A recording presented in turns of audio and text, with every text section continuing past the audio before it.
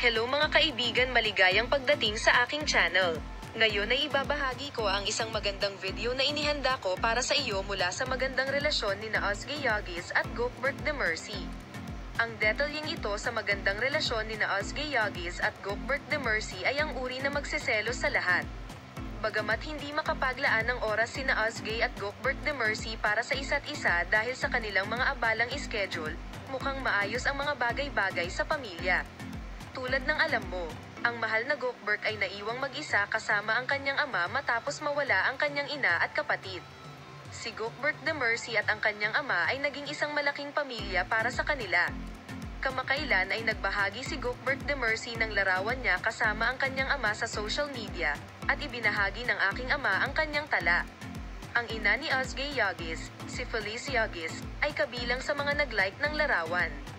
Inilagay ni Felice Yagis ang tala, "Pagpalain ng Diyos ang iyong ama," sa ilalim ng larawan, "Anak ko."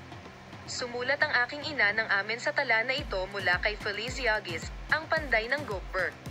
Tulad ng makikita, ang relasyon ni Gokbert Demercy Ozgie Yagis sa kanyang pamilya ay napakatibay kaya't nagawa na ni Gokbert na tawagin si Felice Yagis na aking ina. Nagustuhan ni Gokbert Demercy ang larawan ng kanyang ama kasama ang kanyang kasintahang si Ozgie Yagis. Salamat sa panonood ng aming video, iyon lang sa ngayon. Sana makita-kita sa mga bagong video.